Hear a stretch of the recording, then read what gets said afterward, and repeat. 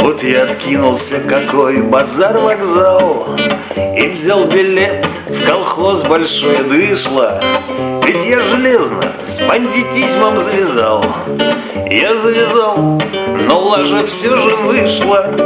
Сенький начальник, я гулял на склоне дня, глазел на шлюх и мирно кушал пончик, как вдруг хиляет эта падла до меня и говорит: козел, займи-ка мне червончик.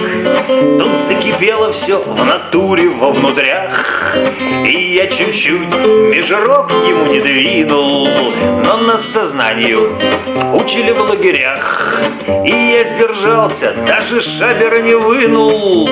Но это падла, хоть по виду и босяк, кастетом мне заехала по морде. Тут сила воли моя кончилась вся. И вот я здесь, а это падла в морге. Сенький начальник, я всю правду рассказал, и мирно шел сюда в сопровождении, ведь я железно с бандитизмом завязал.